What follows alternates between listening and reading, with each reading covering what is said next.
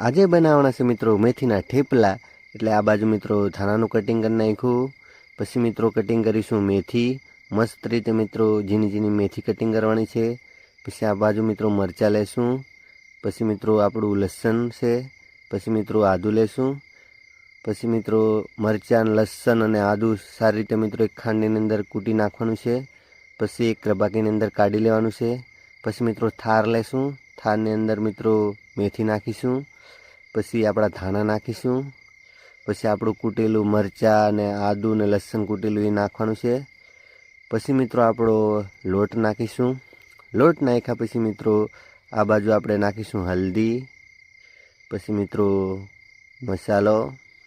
પછી મિત્રો નમક ને પછી મિત્રો આપણે નાખવાનું છે આપણું દેશી કૂટેલું મરચું। પછી મિત્રો થોડું તેલ નાખવાનું છે। પછી સારી રીતે મિક્સ કરવાનું છે લોટ।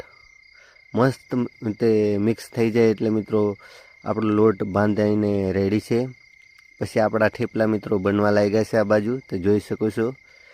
પછી મિત્રો આ બાજુ આપણા થેપલા કમ્પ્લીટ બનીને રેડી છે। ને વિડીયો ગમ્યો હોય તો મિત્રો લાઇક શેર અને સબસ્ક્રાઈબ કરતા જાજો, ભૂલતા નહીં।